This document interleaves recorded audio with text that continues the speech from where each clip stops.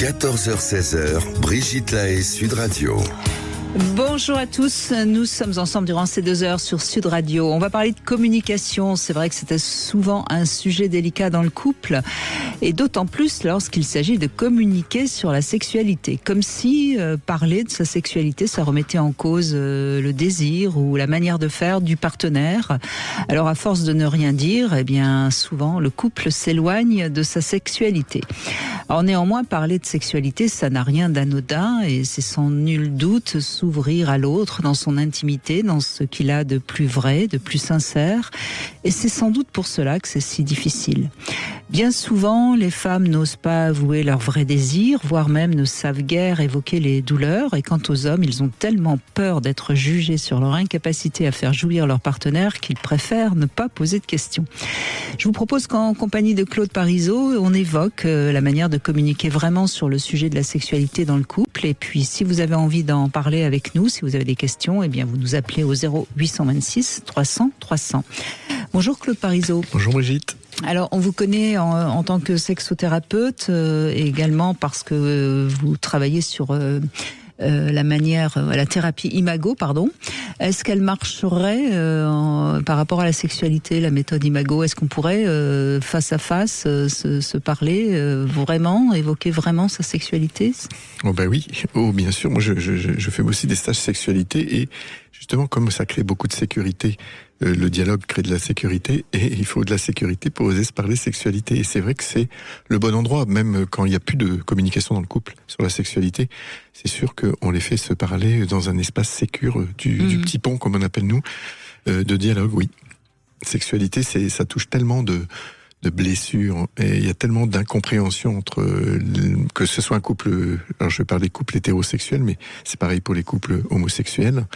Mais il y a vraiment beaucoup d'incompréhension très souvent, et c'est un sujet où au fur et à mesure des années, parce qu'au début, quand il y a des hormones, les couples en parlent, et le font surtout facilement, mais au fur et à mesure des années, ils osent de moins en moins en parler, parce que il y a des enjeux, c'est-à-dire qu'il y a la peur d'être rejeté, il y a la peur d'être castré, même la peur d'entendre des choses vraiment lourdes.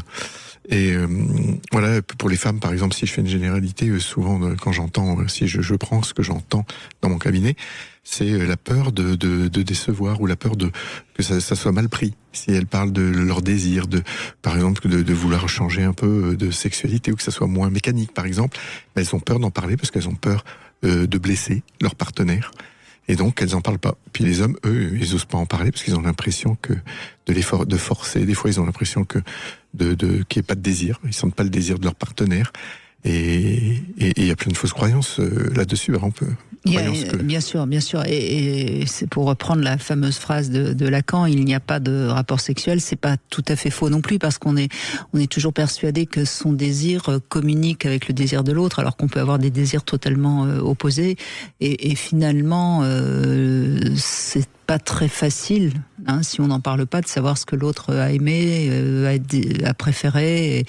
Et c'est pour ça que c'est si important, pourtant, de communiquer sur ce sujet. Ben oui, parce que c'est pas dans notre enfance qu'on a communiqué sur ce sujet-là. Nos parents, en tout cas, ça change un peu dans les nouvelles générations, mais nos parents ne parlaient pas sexualité. Moi, on n'a jamais parlé sexualité à la maison. À l'école, où on n'en parle pas, ou quand on en parle, c'est assez risible ce qui est fait, quoi. Je veux dire, moi, je trouvais ça désastreux. Oui, on parle pas du plaisir, ni de la meilleure manière de faire l'amour. On parle de médecine, de maladie et de reproduction. Oui. Donc voilà, et donc c'est important d'en parler, parce que comme il y a des croyances limitantes et fausses croyances, si on n'en parle pas, on est sur la croyance que l'autre devrait savoir ce qu'on veut, etc. Comme dans la communication, mais c'est encore plus vrai dans la sexualité, c'est-à-dire que c'est un sujet encore tabou aujourd'hui. Donc s'il n'y a pas de communication, il n'y a plus de sexualité, ou très peu, en tout cas très peu satisfaisante au fur et à mesure des années dans les couples. Et alors le langage sur les fantasmes, n'en parlons même pas, parce que là on va vers des choses qui sont encore plus profondes et encore plus inconnues pour beaucoup de gens. Et pourtant ça peut aussi relancer la sexualité d'évoquer des fantasmes. Mais complètement. Moi, je vais dévoiler un tout petit peu un des éléments du stage. Justement, à un moment, les couples, dans la soirée, une des soirées, la dernière soirée, une fois qu'on a bien... ils ont vu qu'on pouvait parler sexualité, et ben ils font un repas bien habillé, et ils parlent, il y a des feuilles, et puis sur tous les thèmes, tous les fantasmes, de 1 à 10, par exemple, à combien ils sont curieux de l'explorer. C'est fou, c'est qu'ils se rendent compte à ce moment-là qu'ils ont les mêmes, ils se rendent compte qu'on peut en parler, que c'est léger, que c'est joyeux, et en général, après, ça se passe bien. La nuit qui suit cette soirée. La nuit qui suit est mouvementée. Oui, voilà. Il y a des échanges dans les chambres, non, peut-être pas quand même. Non, pas des échanges, au sein même du couple, j'espère en tout cas. Oui. En tout cas, c'est pourtant un sujet essentiel, puisqu'on sait quand même que le couple se tient grâce à la sexualité, parce que quand il n'y a plus de sexualité dans un couple, très souvent, malheureusement, il y en a un des deux qui va peut-être être tenté d'aller voir ailleurs, ou carrément les conflits sont plus grands, parce que justement la sexualité, elle aplanit aussi les conflits. Oui, parce que c'est une énergie de vie. Et s'il y a la vie qui baisse, il y a plus d'irritabilité, il y a des frustrations, il y a de l'éloignement. Et puis quand il n'y a plus de sexualité, ça devient de l'amitié, quoi, une forme d'amitié, en tout cas de colocation. Et puis surtout avec de plus en plus de non-dits et de plus en plus de tensions non visibles à l'œil nu, on va dire, ou pas dites, mais en tout cas bien palpables au niveau Faut-il encore évidemment que la sexualité soit épanouissante pour les deux, parce que le problème aussi, c'est qu'il y a des couples où il y a de la sexualité, mais c'est bien pour un et c'est l'autre qui subit. Oui. Et c'est ça je vais lancer un pavé dans la mare pour nos auditeurs, s'ils ont envie de partager, s'ils sont pas d'accord avec ce que je dis ou à ce qu'on dit, n'hésitez pas à nous le dire. Mais si je fais une généralité, et quand c'est 2 femmes et 2 hommes, ces polarités masculines et féminines sont quand même présentes aussi, mais très souvent, en tout cas l'homme se sent aimé quand il se sent désiré. Puis la femme, c'est le contraire, c'est-à-dire que son sexe va s'ouvrir si elle se sent connectée. Donc très souvent, on veut la même chose. En fait, en plus, on veut être tous les deux connectés, mais on n'a pas la même façon. C'est comme les langages d'amour. Et on n'a pas la même façon, ce qui fait qu'il y a une grande incompréhension. Les femmes ont l'impression d'être juste un dévidoir, très souvent, parce qu'elles n'ont pas l'impression que ça soit elle ou quelqu'un d'autre, ça serait pareil. Donc elles ont l'impression de sentir de satisfaire un besoin. Un besoin, et non pas une envie et puis de connexion.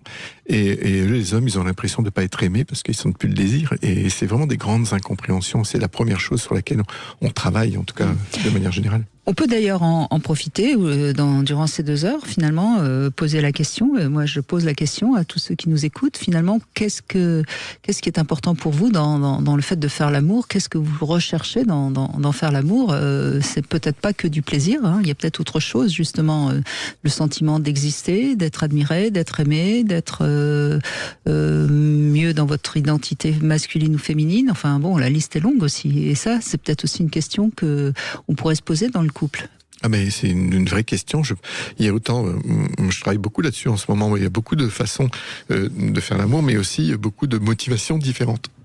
Il y en a qui vont être plus dans quelque chose de plus, je dirais, primal, pulsionnel, oui. Pulsionnel, voilà. Pourquoi pas d'ailleurs. Oui, voilà. Mais il y en a, ça va être plus sensitive, plus dans la douceur. Il y en a, c'est même juste se regarder, respirer ensemble. C'est une forme de sexualité qui est plus éthérée, mais qui est une réalité aussi. Il y en a qui sont plus esthétiques. Voilà, il y a plein de façons différentes. Eh bien, on va parler de tout ça avec vous sur Sud Radio 0826 300 300. À tout de suite. Vous voulez parler à Brigitte Lahaie, 0826 300 300. 14h-16h, Brigitte Lahaie, Sud Radio. Claude Parisot est avec nous, sexothérapeute, et je rappelle que vous êtes l'auteur de Réenchanter son couple aux éditions Erol, dans lequel vous expliquez de quoi il s'agit quand on parle de méthode Imago. On va commencer avec Isabelle. Bonjour. Bonjour Brigitte, bonjour Claude. Bonjour Isabelle. Alors, pour moi, c'est ce que vous disiez tout à l'heure, la sexualité, c'est une question de connexion avant toute chose. Mm-hmm. Et effectivement, en étant, je suis divorcée depuis plus de 10 ans et célibataire depuis un moment, et j'ai constaté que chaque partenaire, c'est souvent la même chose. C'est difficile d'exprimer ce qu'on ressent quand on est en train de faire l'amour, c'est difficile de guider parce qu'on a peur. Moi, j'avais une croyance qui était que je touchais la virilité de l'homme si je lui disais ça j'aime moins. Et j'ai appris à échanger, j'ai appris à en parler après. Et parce que avec mes amis, c'est aussi facile d'en parler et on a fait toutes le même constat, on a toutes les mêmes croyances, on a toutes les mêmes craintes, on a toutes les mêmes difficultés dans la communication sur les relations sexuelles.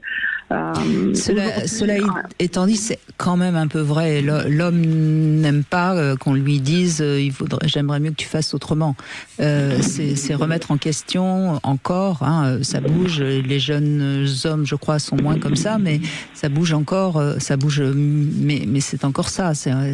L'homme peut penser que il ne serait pas l'amant parfait, et ça, c'est très très désagréable pour lui. Ah mais complètement, et ça même j'ai vu sur des partenaires où ça les touchait profondément, ça les blessait, et du coup ça a empêché après d'être serein dans l'échange et dans le rapport sexuel, et c'était dommage. Aujourd'hui je vais plutôt valoriser ce que j'aime, mais carrément presque surjouer ce que j'aime. Comme ça, c'est plus facile après. Comme moi, je lui demande ce qu'il aime et après, je exprime ce que j'aime. Plus facilement, il va me demander et là, du coup, qu'est-ce que t'aimes pas ? Parce qu'on a évoqué tout ce que t'aimais, mais au final, est-ce que t'aimes tout ? Est-ce que t'aimes pas tout ? Et en valorisant et en surjouant et en renforçant comme ça cette relation positive, j'arrive assez facilement maintenant à dire ça j'aime moins, je suis pas fan. Voilà. Et ça passe super bien et ça facilite après, même pendant l'acte sexuel, j'arrive même on teste des choses et c'est plus simple, c'est beaucoup plus facile. Et ça, je dirais que ça casse les croyances, ça casse plein de choses et ça libère. Voilà. On est plus dans le lâcher prise. Oui, tout à fait. Et c'est vrai que souvent, pourquoi les hommes n'aiment pas qu'on leur dise, c'est surtout qu'ils pensent que la sexualité est une affaire de compétence. Et tant qu'on est dans la compétence et dans la performance. La performance. C'est surtout la performance. Et si, je pense que le rôle des femmes, notamment, ou des partenaires, c'est de vraiment expliquer à l'homme que c'est pas ça qui vous font plaisir, que ils doivent apprendre ce qui vous fait plaisir. Et plus on parle, c'est vrai, plus ça va faire baisser la pression. Parce que c'est la pression, et plus il y a de la pression, plus il y a de risques aussi, plus de peu d'érection, en tout cas de panne d'érection. Donc l'idée c'est vraiment de leur apprendre le chemin, que c'est un chemin, que tout est plaisir et qu'il n'y a pas forcément un endroit où aller. Une fois qu'ils ont, moi je vois quand ils comprennent ça, il y a quelque chose qui fait baisser la pression et c'est beaucoup plus fluide dans les relations. Mais en même temps, la dernière enquête sur la sexualité des Français, qui remonte à même pas un an, elle est intéressante parce que il y avait une majorité d'hommes, je sais plus si c'était 60%, mais à peu près, qui considéraient que l'essentiel pour eux, c'était de faire jouir leur partenaire. Et on n'avait pas ce même pourcentage de femmes. Donc on voit bien que l'homme n'a qu'une envie, c'est que sa partenaire prenne du plaisir. Donc il faut que les femmes l'entendent bien, parce que si elles ne disent rien, l'homme peut passer à côté, en effet. Oui, et je suis d'accord avec ça. C'est vraiment une question de résultat presque. C'est ça. Il y a un résultat attendu, c'est l'orgasme féminin, c'est la jouissance, c'est pour certains plus on crie et mieux c'est, alors que c'est pas du tout ça. On est toutes différentes et s'intéresser à la personne que l'on est vraiment et à ce qu'on aime. Oui, alors il y a le fait que vous criez, mais il y a peut-être encore plus le fait que vous mouillez. Oui. Non mais c'est vrai, vous avez raison. C'est important de le dire parce que par exemple, si on a des femmes qui écoutent et qui lubrifient pas énormément, et bien surtout qu'elles disent qu'elles jouissent quand même, parce que sinon leur compagnon peut être inquiet. Oui, c'est tout à fait vrai. Pour avoir 50 ans passés et pour avoir une lubrification moins performante qu'il y a quelques années, j'utilise des lubrifiants et du coup, de suite, ça remet en question. Ah oui, mais pourquoi ? Parce que j'en ai besoin en fait et que je trouve que c'est plus confortable. Ah d'accord, mais du coup, c'est pas moi le problème. Non, c'est pas toi le problème. Et voilà, et c'est vraiment ça.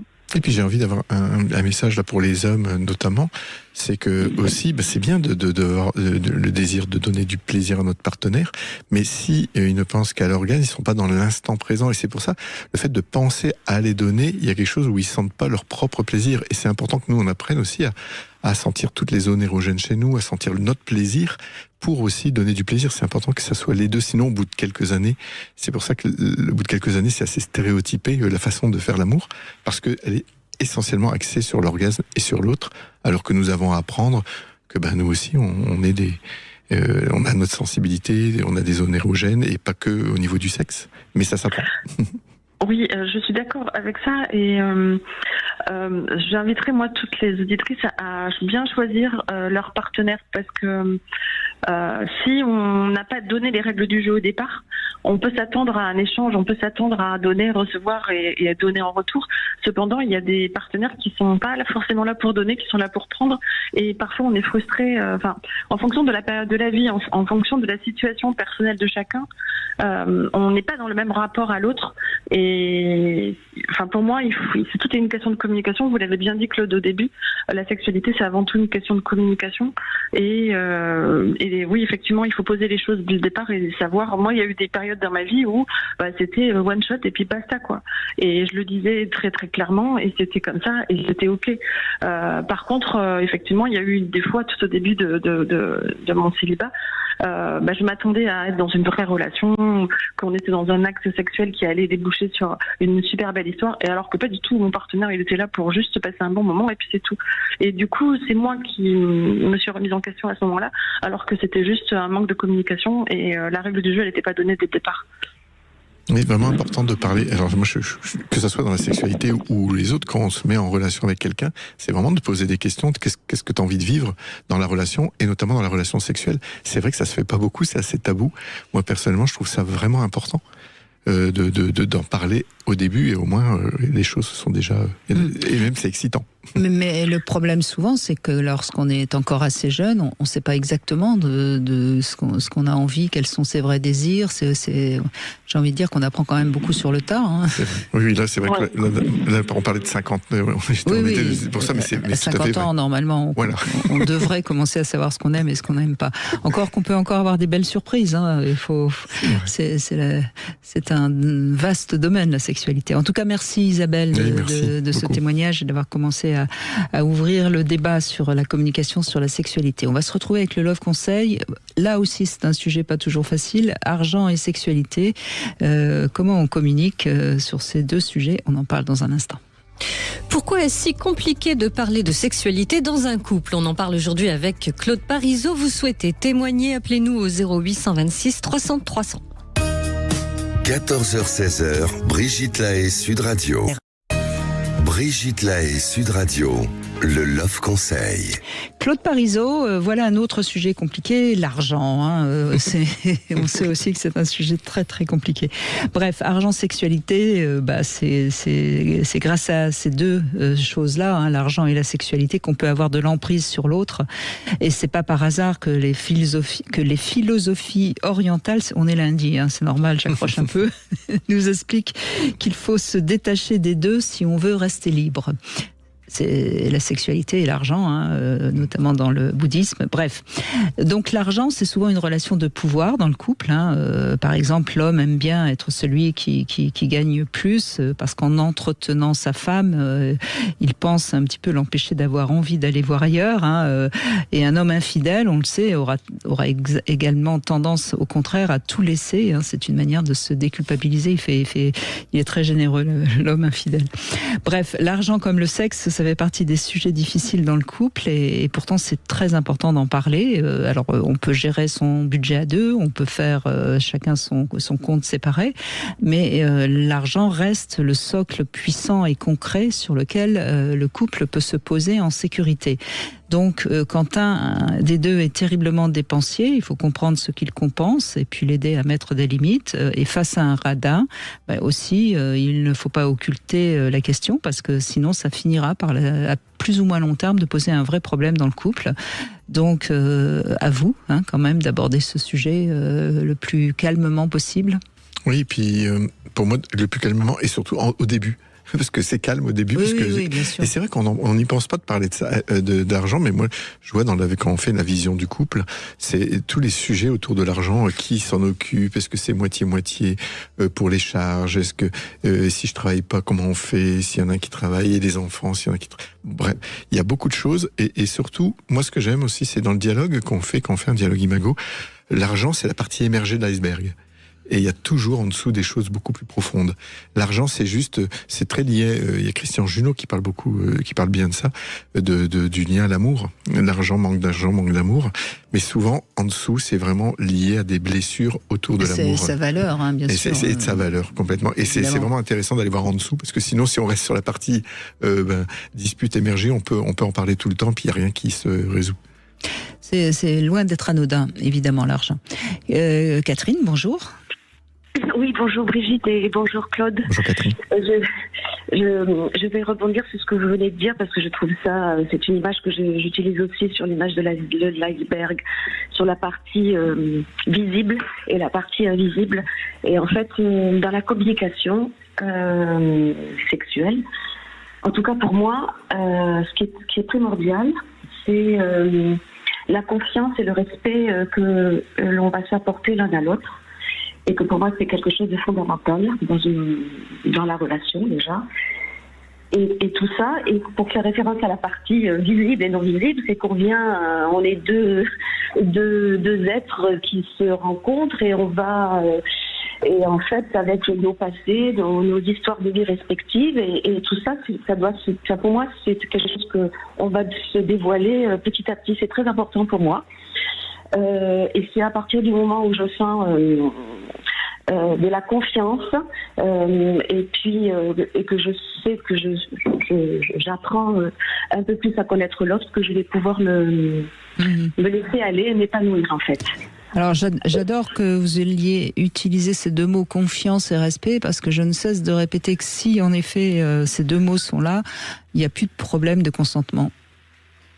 Tout à fait, je suis bien d'accord. Et c'est plus important de remettre en avant ces deux mots parce que ça veut vraiment tout dire. Parce que quand on a confiance et qu'on sait qu'on peut faire confiance à l'autre, déjà la communication est plus facile.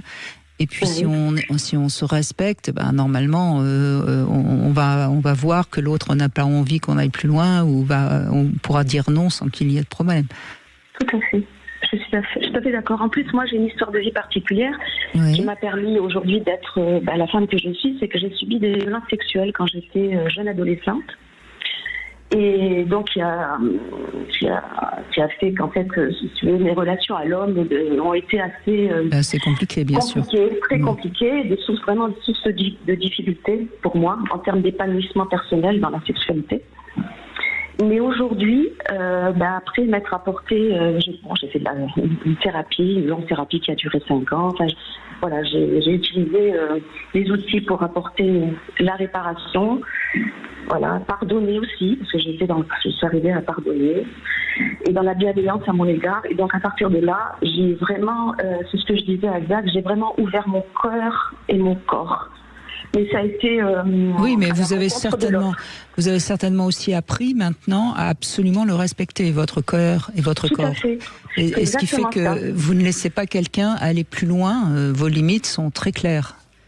Tout à fait, c'est exactement ça. Ce que je ne faisais pas pendant des années, c'est-à-dire je ne me respectais pas, on a dépassé, mon corps, en fait, malgré vous, on a dépassé vos limites, donc forcément ça a demandé un travail, mais c'est l'avantage, si vous avez, visiblement, vous l'avez bien fait ce travail, aujourd'hui vous êtes clair. Oui, et c'est pour ça que c'est important, et merci de témoigner, Catherine, de ça, que quand on a vécu des abus, c'est vraiment important de se faire aider, justement, pour apprendre à s'aimer de nouveau, à se respecter, parce que sinon on va rencontrer des personnes à l'image de l'image qu'on peut avoir de nous, c'est-à-dire qu'ils vont pas nous respecter, et bravo parce que c'est vraiment un chemin courageux, mais c'est vraiment un chemin de liberté et aussi d'amour, parce que oui, comme vous l'avez dit, l'amour c'est le respect.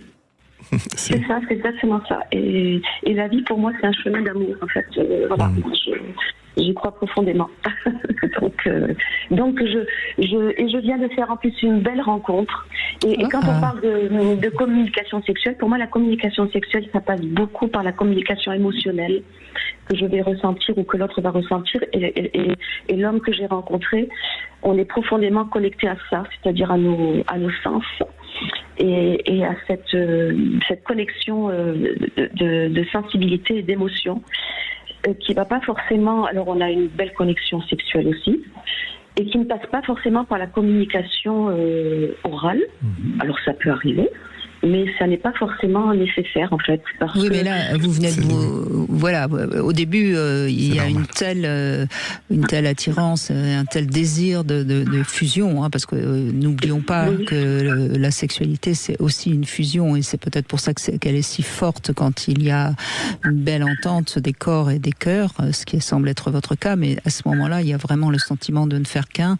Et là, comme on ne fait qu'un, pourquoi communiquer puisqu'on n'est qu'un? Exactement, oui, c'est ça. Non, mais c'est très bien dit, Brigitte. On a tous été amoureux, donc on sait tous de quoi on parle. Hein. C'est ça. Et le regard aussi, c'est très important pour moi. Parce que dans le regard, on lit beaucoup de choses dans le regard de l'autre. C'est pas. Alors ça c'est bien si vous arrivez à regarder tout en faisant l'amour, parce qu'il y a des personnes qui sont trop pudiques et qui ne savent pas regarder. C'est pas si simple ça. C'est vrai, vous avez raison.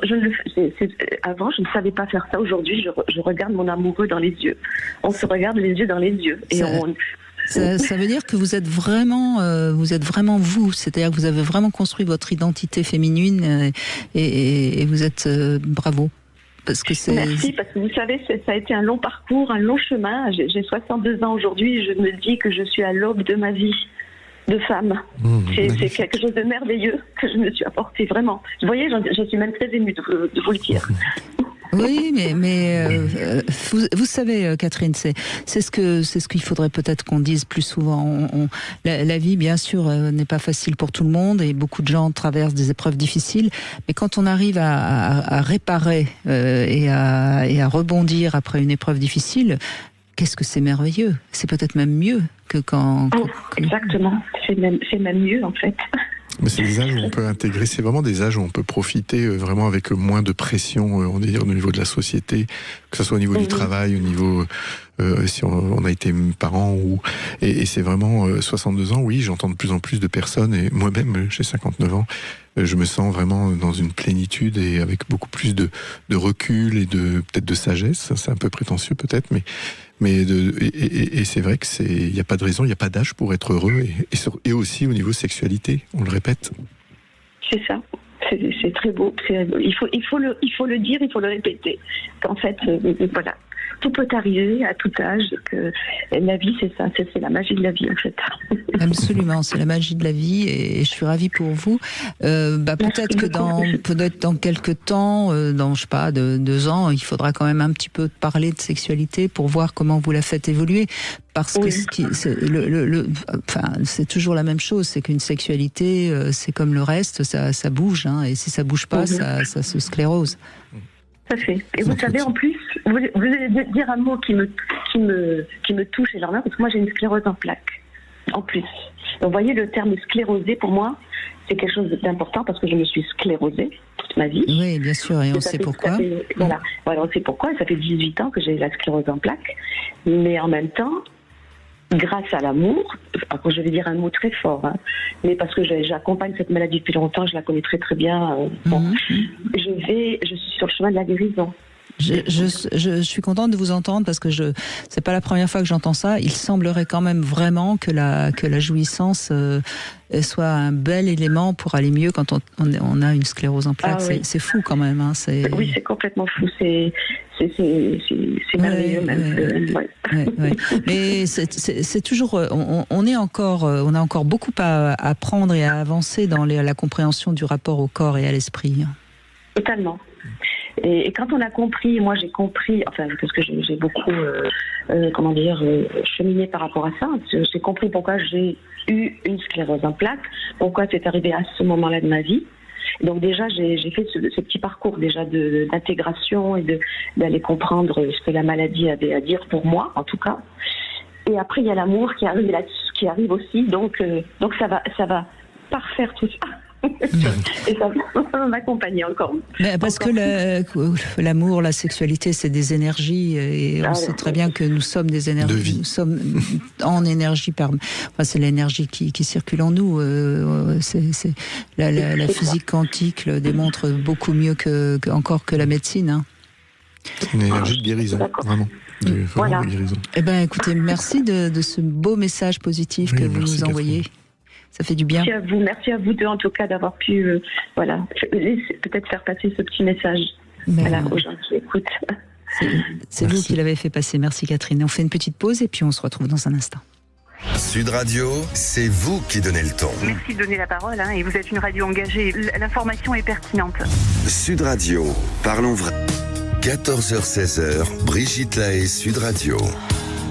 Claude Parizeau est avec nous, sexothérapeute, et vous faites des stages, Imago, pour les couples qui nous écoutent et que ça intéresse. Il paraît que c'est formidable, donc je ne peux que vous inviter à... Et sexualité aussi. Sexualité également, évidemment. Fanny, bonjour. Oui, bonjour Claude, bonjour Brigitte. Bonjour, Fanny. Merci de m'accueillir sur votre antenne. Mais je vous en prie Fanny, merci à vous. Donc vous avez eu une relation avec un homme qui était plutôt pulsionnel et vous n'osiez pas communiquer. Alors, pulsionnel, brusque en tout cas, brusque. Et non, j'ai pas osé le lui dire, effectivement, ça m'a gêné de lui dire que j'avais l'impression que ça fonctionnait comme ça, mais étant donné que j'avais eu d'autres personnes avant, c'était le seul en fait, et j'ai trouvé que c'était un peu brusque pour moi. Voilà, je j'aimais pas trop, et puis c'était répétitif, donc du coup ça ne m'allait pas. Et qu'est-ce qui fait que vous disiez rien parce que vous aviez peur, parce que vous avez peur de le blesser, c'était quoi? Alors non, j'ai pas dit parce que je savais que ça allait pas être une relation durable. Ah. Ouais. Oui. C'est pas bien, peut-être j'aurais dû en parler. Non, non, il n'y a pas de jugement à avoir. On va pas vous juger. Vous avez été la première à en pâtir. Mais alors pourquoi vous avez continué à ce moment-là, puisque c'était de toute façon une relation qui pour vous ne pouvait pas durer? Pourquoi vous avez accepté une relation où sexuellement ça n'allait pas? Entre guillemets, on a toujours le choix, je suis d'accord, mais là, je sais pas, il y a des bons moments, autres que sexuels, il y avait d'autres bons moments, je m'amusais bien, après j'ai mis un terme parce que la globalité ne me correspondait pas. Ouais. Remarquez, ça durait peut-être pas très très longtemps. Non, l'acte. Oui. Oui, non. Pour moi, c'était déjà trop long parce que je n'aimais pas. J'entends bien. Mais si c'était assez rapide, peut-être que vous vous disiez bon, allez, on y passe et puis on en parle plus. C'est quand même très féminin, ça. Oui, tout à fait. Ouais, bien sûr. Oui. Et parce que si vous saviez que ça ne durait pas longtemps, moi je suis curieux, juste, c'est que si vous saviez que vous n'avez rien à perdre, au contraire, c'était un bon entraînement de dire justement vos limites et ce qui était bon pour vous, parce que peut-être que, on ne sait pas, si vous entendiez bien à côté de la sexualité, et qu'à un moment donné, lui, il aurait peut-être pu entendre que pour vous, ou plutôt dire que ça ne va pas, c'est plutôt dire de quoi vous avez besoin, par exemple, c'est un bon entraînement. Oui. Je comprends ce que vous dites, mais franchement, dans cette relation-là, j'en avais pas envie. Ouais, c'est bizarre, ma réaction, mais ça a duré 10 mois, l'histoire. Et j'avais pas envie de lui expliquer. J'avais l'impression de pas perdre mon temps, mais que ça aurait servi à rien, de toute façon. Parce qu'on n'allait pas aller assez loin, quoi. J'avais pas projeté. Vous voyez ce que je veux dire? Non, mais ça veut dire, je pense, Fanny, si j'essaie d'interpréter, je pense que ça veut dire que c'est quand même très compliqué pour vous de parler de sexualité. À cette époque, en tout cas. Je sais pas trop. Il me semble que j'ai eu une relation, justement. Les autres relations, je parlais beaucoup de sexualité. de ce qui me plaisait, de ce que la personne aimait que je lui fasse, etc. Là, j'aime en parler. En général, j'en parle. D'accord. Et avec lui, vous pouviez pas en parler. Donc, j'en avais pas envie, surtout. Oui, j'entends bien. Hein, oui. J'entends bien, mais vous n'en aviez pas envie parce que il y avait une raison. Et c'est ça qu'on essaie de comprendre. Oui, il y a toujours une raison. Et je pense que si on arrive avec vous à comprendre la raison, ça va vous aider aussi, ça va vous faire avancer sur vous. Est-ce que cet homme représentait quelque chose pour vous qui fait qu'il ne fallait pas le critiquer? Enfin, vous voyez, c'est une hypothèse, hein, il y en a plein d'autres. Hein, je peux continuer mes propositions. Vous voyez? Ouais, Est-ce que... Comme je savais... Ouais, allez-y, oui, allez-y. Je ne sais pas trop, comme je savais que ça allait pas durer, je voulais pas m'enquiquiner avec ça. Parce qu'en fait, et pourquoi ça pouvait pas durer? Parce qu'il y avait des mensonges au début de la relation, et du coup, il y en a eu après, c'était la cause de ma rupture. Vous étiez très amoureuse de lui? Non. Non? Allô? Oui, on vous entend. Allô? Oui, on vous entend toujours, Fanny. J'ai l'impression que... c'est un acte manqué. Fanny ne veut pas qu'on continue à la questionner, et donc elle a préféré aller sous l'eau. Non, mais vous êtes d'accord, Claude Parisot, c'est pas logique. À partir du moment où on parle facilement de sexualité, si avec un homme en particulier, on ne veut pas en parler ou on ne peut pas en parler, c'est qu'il y a une raison. Oui, peut-être que j'aurais demandé là à l'auditrice pourquoi vous nous appelez. Oui, je suis là. Voilà, moi ma question c'est comme quand vous dites vous savez pas, c'est-à-dire que pourquoi vous appelez. Alors est-ce qu'il y a une question ou est-ce qu'il y a quelque chose que vous voulez témoigner? Parce que si il y avait du mensonge, s'il n'y avait pas une bonne sexualité, si vous saviez déjà, pourquoi avoir même continué 10 mois par exemple? Ça c'est un mystère. C'est parce que je pense que c'était parce que j'étais seule depuis un moment. Et cette relation-là m'a certainement aidé à passer un cap. Voilà. Ben déjà, c'est une vraie raison, ça. Oui, c'est une vraie raison. Et comme vous aviez vraiment pas envie de vous retrouver seule, vous acceptiez ce petit inconvénient qui ne durait pas trop longtemps. Et ben voilà, on y arrive. Voilà, ça y est, oui. Après, dans les relations qui ont duré quelques années, là par contre je parle de sexualité et pas mal quand même de leurs besoins et de mes besoins, de mes désirs, etc. Et ensuite, moi ce que j'explique aux hommes j'en ai parlé hors antenne, pour la sodomie, moi je ne suis pas une adepte, d'accord, mais si la personne est insistante, ben je lui dis écoute, si ce que tu me fais, je vais te le faire. Parce que c'est toi tu veux me le faire, moi je suis d'accord. Mais moi je peux te le faire aussi. Ah ben non, ben si, je suis désolée. Voilà, c'est la même chose quoi. Si lui et moi j'accepte, lui il doit accepter aussi. Voilà, c'est pour ça que je parle quand même de sexualité avec les hommes et notamment d'actes sexuels quels qu'ils soient, pour qu'on soit à peu près sur la même longueur d'onde quoi. Alors pourquoi pas, hein, c'est un argument que je conçois tout à fait et qui peut tout à fait donner à l'homme plus le même désir, hein, on est d'accord. Mais néanmoins, ça n'a pas tout à fait la même, c'est pas tout à fait la même chose. Alors, vous allez me dire pourtant, un anus de femme ou d'homme, c'est la même chose. Et là, je vais vous dire évidemment, mais c'est pas tout à fait la même chose. Je pense que le fantasme n'est pas le même. Le désir de... Ah, mais c'est sûr.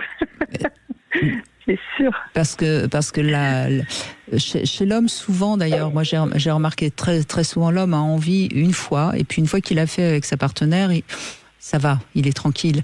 Mais c'est une sorte comme s'il fallait la posséder aussi par là. Et c'est souvent... c'est souvent quelque chose de... Alors, il y a évidemment les hommes qui sont complètement excités par la sodomie parce que ça vient de la pornographie. Bon, cela, c'est autre chose. Mais très souvent, un homme, par besoin de posséder sa femme... Possession, d'accord. Au sens presque biblique du terme, si je puis dire. Oui, puis il y a le côté fantasme, mais aussi l'interdit.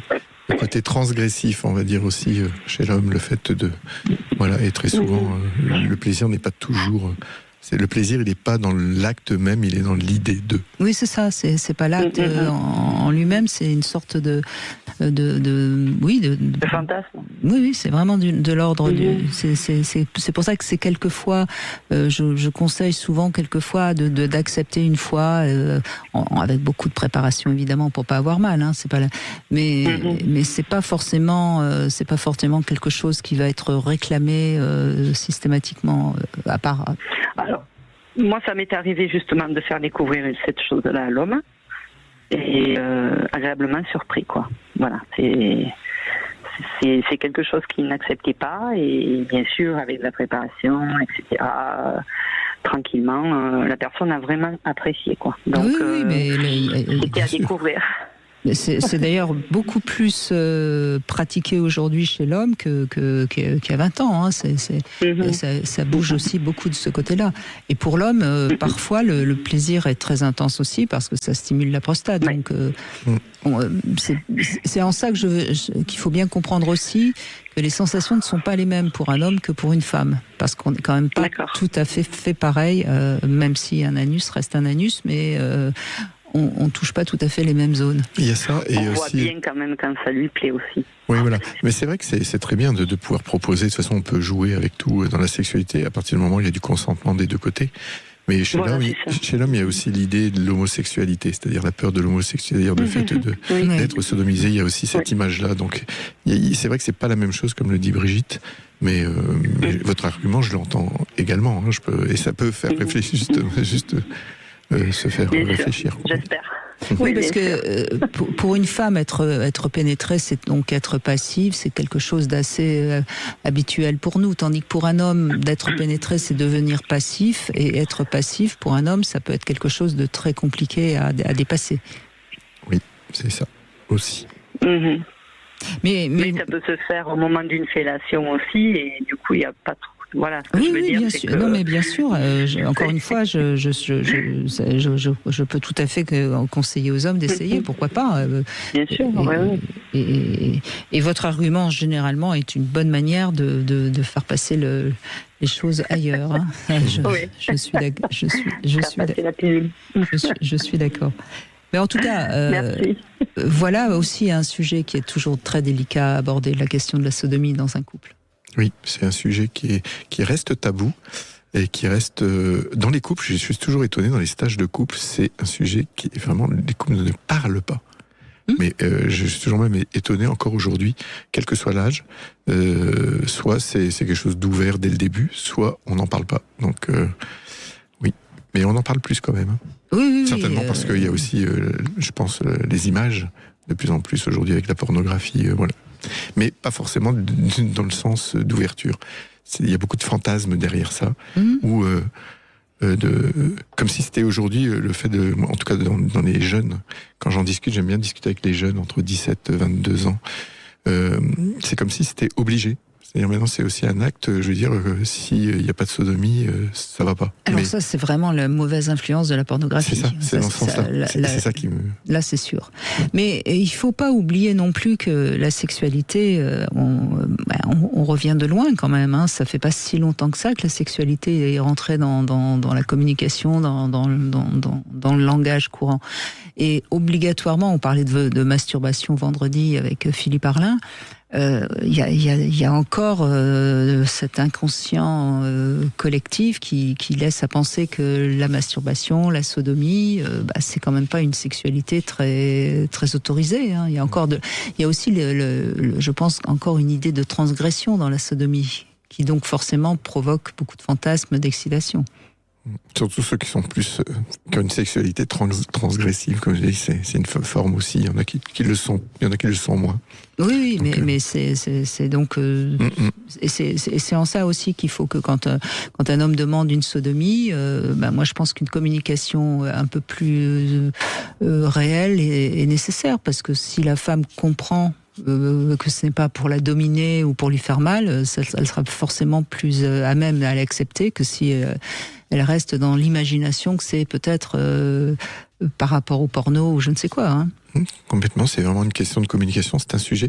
Puis aussi, c'est quelque chose quand c'est amené avec douceur, quand à la limite il n'y a pas de focalisation, quand il y a aussi de la patience, parce que ça demande à ce que le corps s'ouvre progressivement aussi.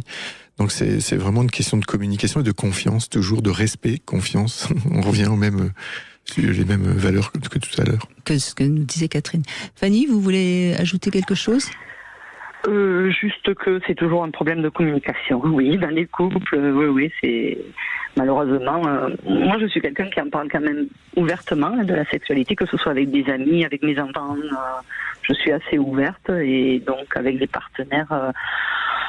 Comme je le sens, peut-être pas au début, bien évidemment, mais après, oui, pourquoi pas. Moi, je suis assez ouverte à la discussion quand même. Après, il faut pas m'agresser, voilà, comme vous dites, bondir sur une sodomie. Non, voilà, ça se fait tranquillement. Faut être, à l'aise. Que ça se dit par le désir, par etc. Là, ça peut se faire dans ces conditions-là. Faut pas y aller comme un bourrin. Ça, c'est sûr. C'est sûr. Bon, en tout cas, on vous sent quand même très à l'aise. C'est quand même, oui. Même si vous nous avez donné une explication, à mon avis, c'est pas tout à fait la seule pour les raisons que vous ne parliez pas de sexualité avec cet homme qui vous prenait un peu trop de manière brusque. Mais bon.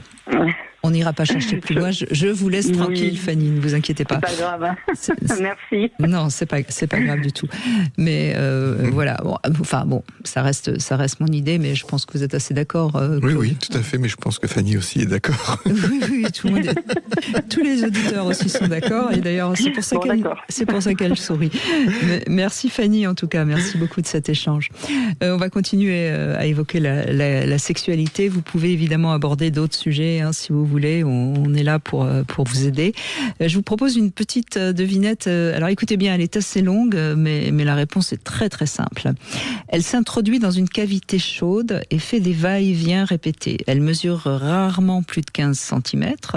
Une fois son action terminée, elle laisse parfois quelques petites traces. De quoi s'agit-il ? Je vous laisse le temps ne me regardez pas comme ça, je vous laisse le temps de trouver la réponse. Aujourd'hui, avec Claude Parisot, nous parlons de la communication autour de la sexualité dans le couple. Venez participer à l'émission et appelez-nous au 0826 300 300. 14h-16h, Brigitte Lahaie, Sud Radio. 14h-16h, Brigitte Lahaie, Sud Radio. Échanger et parler de communication, de sexualité, c'est pas si simple et c'est pourquoi nous abordons ce sujet avec Claude Parisot qui est avec nous. Vous êtes sexothérapeute, vous pratiquez la méthode Imago et vous faites des stages aussi pour couple et pour évoquer la sexualité, ce qui est, j'imagine, entre le premier jour de stage et le dernier, il doit y avoir beaucoup d'évolution. Si je continue, si je fais ça depuis plusieurs années, c'est parce que c'est toujours incroyable, quoi. Je veux dire, le premier jour, la plupart des couples font plus l'amour. Il faut savoir qu'ils viennent parce que ça se sait pas, ça aussi.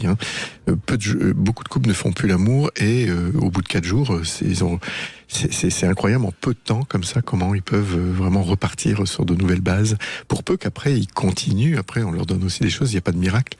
Il y a des choses à faire. Il y a se dialoguer régulièrement, se donner des rendez-vous. Sensuel, non pas sexuel, puisque sensuel, justement pour la femme par exemple, si elle sent que ça va être sexuel, ça va pas l'ouvrir. Si elle sent qu'il y a de la sensualité, pour la rencontre, et qu'on se laisse sentir si on a envie d'aller plus tard après à la sexualité, en tout cas elle, parce que des fois l'homme systématiquement lui sait qu'il va aller là, mais si la femme elle sent ça la bloque. Donc ce qui est important, c'est d'apprendre à se donner des rendez-vous sensuels avec plein d'exercices, de jeux, de massages. Il y a beaucoup de choses, surtout aujourd'hui, c'est pas ça qui manque. On en parle dans plein de livres et ça marche systématiquement, c'est-à-dire à partir du moment où il y a tout, il y a de la communication orale, c'est-à-dire on parle. Oui, il faut d'abord que le couple ait envie de continuer. Ça me paraît essentiel. Oui, les gens qui viennent, ils ont envie. J'entends bien, mais c'est pour ça que je donne cette info à ceux qui nous écoutent. Sinon, c'est pas la peine d'aller faire le stage. Mais si on a envie de continuer, de rester ensemble, il faut débloquer ce qui s'est bloqué. Puis parler, qu'est-ce qui fait qu'on ait du désir, qu'est-ce qui nourrit notre désir, qu'est-ce qui bloque le désir, c'est-à-dire oser se parler des choses dont on a peur de parler parce qu'on a peur que ça fâche l'autre, d'être rejeté ou abandonné. Puis après, c'est des exercices concrets dans les chambres, c'est bouger son corps, c'est une somme de choses, mais c'est c'est magique. Moi, je trouve ça magique. Et en tout cas, allez, on vous retrouve sur votre site, hein, Claude Parizeau. Et c'est ça, Terranéo, j'ai un site où on met mon nom et il y a tout, ça apparaît voilà, en général. Si vous avez envie de faire ce stage. Alors, ma petite devinette, est-ce que vous avez une réponse? Elle s'introduit dans une cavité chaude, elle fait des va-et-vient répétés, elle mesure rarement plus de 15 cm et une fois son action terminée, elle laisse quelques traces blanchâtres. De quoi s'agit-il? Je pensais à une clé, mais je vois pas les taches blanchâtres, ça marche pas. Non, c'est la brosse à dents. Ah, c'était pas loin. La brosse à dents, bah oui. Oui. C'est évident une fois qu'on a la réponse. C'est ça. Bonjour Isabelle. Bonjour Brigitte, bonjour Claude. Bonjour Isabelle. Alors moi je voulais rebondir un petit peu sur tout ce que vous avez dit, une chose très intéressante, notamment ces rendez-vous dont vous venez de parler. Je trouve que ça c'est une très très bonne idée. Et je dis ça aujourd'hui du haut de mes 50 ans passés, évidemment. Comme dit souvent Brigitte, la sexualité évolue et quand on a 20 ans, on n'a pas la même sexualité qu'à 50 ans. Donc moi pour ma part, l'essentiel pour moi est d'avoir une connexion et un vrai partage dans l'acte, évidemment, dans la confiance et le respect, évidemment, hein, comme ça a été dit déjà précédemment. Maintenant, moi, dans mon parcours de femme, j'ai vécu des choses assez différentes finalement, même s'il n'y en a pas eu énormément, mais tout a évolué en même temps que moi j'ai évolué, parce que je pense qu'aussi pour pouvoir communiquer avec l'autre, il faut déjà savoir, il faut déjà se connaître soi-même et avoir confiance en soi, parce que c'est pas voilà. simple hein, de parler de sexualité. Moi, je crois qu'il faut aussi arrêter de croire que parler de sexualité, c'est comme parler de, je sais pas moi, de ce qu'on a envie de manger. C'est très compliqué de parler vraiment de sexualité. Je sais pas, par exemple, de dire qu'on a un petit peu mal, de dire que on n'a pas envie. C'est pas simple. Après, je dirais aussi que ça dépend de la qualité de l'entente du couple, hein, du stade auquel on en est dans le couple. Tout ça, je pense que ça peut jouer sur la communication. Moi, si je prends mon vécu, hein, par exemple, mes débuts, moi ma première relation, j'avais 18 ans, elle a duré 10 ans. J'étais un peu focalisée, enfermée dans des schémas familiaux. La sexualité, on n'en parlait pas du tout chez moi. Il y avait un peu cette notion que les femmes qui ont plusieurs hommes, c'est pas bien. Donc, j'avais focalisé sur le fait c'était lui et pas un autre, malgré que c'était pas une relation qui me convenait. Et j'étais jeune et voilà, je ne connaissais rien à la sexualité. Lui, il avait un peu plus d'expérience que moi. Mais l'échec est arrivé à un moment donné, c'est pendant la grossesse, il est parti voir ailleurs, parce que lui de son côté il n'a pas su peut-être demander ce qu'il voulait. Moi je savais pas s'il était satisfait ou pas, parce qu'il n'en parlait pas, mais j'en ai déduit avec le recul, hein, parce qu'il m'en a jamais parlé, mais il est allé chercher de l'expérience ailleurs. Je n'avais pas moi à l'époque. C'est pas sûr, hein, ça. Les raisons qui font qu'un homme est infidèle pendant la grossesse, ça peut être la peur de devenir père, ça peut être la peur de faire mal au bébé. Il y a plein de raisons. Oui, mais on avait quand même le souci, c'est qu'on avait quand même une sexualité. Moi, j'étais pas du tout dans la crainte ou la peur ou même j'avais une libido plus importante que d'ailleurs sur mes 3 grossesses ça a été pareil. Mais je dis ça parce que la personne avec qui il a eu cette relation, hein, je l'ai su, j'ai rencontré, je savais qui était la personne, et c'est une femme beaucoup plus âgée, donc voilà, c'est vrai qu'on en avait parlé, donc bon. Ça reste en l'état. Oui, enfin, vous avez souffert de le savoir et ça a été certainement dommage de ne pas pouvoir en parler, justement parce que ça a créé, j'imagine, un premier coup, négatif dans le couple. Et il y a quand même eu une séparation derrière, évidemment. Et puis après j'ai appris que c'était pas la première fois, donc je peux pas mettre ça non plus sur le compte de la grossesse. Parce que les langues se délient une fois que les séparations arrivent, donc voilà. Donc ça c'était ma première relation, et j'ai enchaîné assez vite sur une relation de 20 ans avec un homme qui me semble-t-il, me respectait davantage. Alors il était sérieux, tout ça, mais finalement il ne me respectait pas dans un autre sens. C'est-à-dire que lui, il avait un besoin qu'il devait... Voilà, on s'est mariés et il avait un devoir conjugal à accomplir dans cette relation. Alors au début c'est très bien et tout, évidemment ça se passe très bien. Voilà, je réponds à ses demandes et puis au fil du temps la relation se dégrade pour X raisons, mais la sexualité en pâtit assez vite aussi. Donc du coup une relation qui va pas bien avec une sexualité qui commence à être moins présente où on peut pas en parler, ben, ça court aussi un peu à l'échec dans le sens où finalement personne n'évoque ses propres attentes, ses propres besoins. Oui, vous évitiez le rapport sexuel et lui il se sentait frustré en gros. Et comme vous en communiquiez pas sur le sujet, ça s'est un petit peu dégradé de plus en plus. Voilà, alors je l'évitais pas à chaque fois évidemment, hein, parce que sinon bon c'était il y a quand même des fois où je pouvais avoir aussi envie. Mais c'est vrai que le fait d'avoir une mauvaise relation avec des tensions, des engueulades, forcément ça c'est pas propice à la relation sexuelle le soir quand on se couche évidemment. Donc il y a un petit côté, comme vous avez déjà évoqué dans d'autres émissions, un petit côté revanche, c'est vrai, la manière de punir l'autre quelque part. Une punition sans l'être, mais on peut pas avoir de désir déjà. Enfin, moi, dans mon cas, oui, alors je sais pas. Oui, parfois on croit qu'on punit l'autre, mais en fait, c'est compliqué pour une femme de s'offrir si on n'est pas, enfin, si on est un petit peu agressé ou s'il y a des disputes. Enfin, c'est pas. Bien sûr, parce que voilà, si dans la journée ça se passe pas bien, qu'il nous parle mal, le soir on n'a pas envie, c'est clair, d'être douce et avenante. Ça, c'est une logique, voilà. Moi, ce qui me vient, là, par contre, dans ce que vous dites, et j'essaie de voir le point commun, dans les relations, c'est comme si vous avez parlé de respect. C'est comme si, à chaque fois, vous dites, et c'est une autre forme de manque de respect, mais comme s'il y a quelque chose, il n'y avait pas le respect, mais la question que je me pose, c'est, est-ce que vous avez l'impression, vous vous respectez? C'est-à-dire avoir des personnes en lien peut-être avec le manque de respect. Alors moi j'ai travaillé sur moi à la fin de cette seconde relation parce que j'étais quand même dans la dépendance affective et c'est vrai que je me respectais pas totalement parce que j'ai pas été respectée enfant. Dans mon enfance ça a été très compliqué. J'avais une mère qui était violente en parole et en acte. Donc ce que j'ai compris dans ce que j'ai travaillé avec des psychologues, on m'a dit c'est normal pour vous, la violence que vous avez vécue dans vos couples, vous la connaissiez depuis toute jeune, donc c'était quelque chose de normal que j'acceptais finalement, alors que je n'aurais pas dû accepter beaucoup de choses.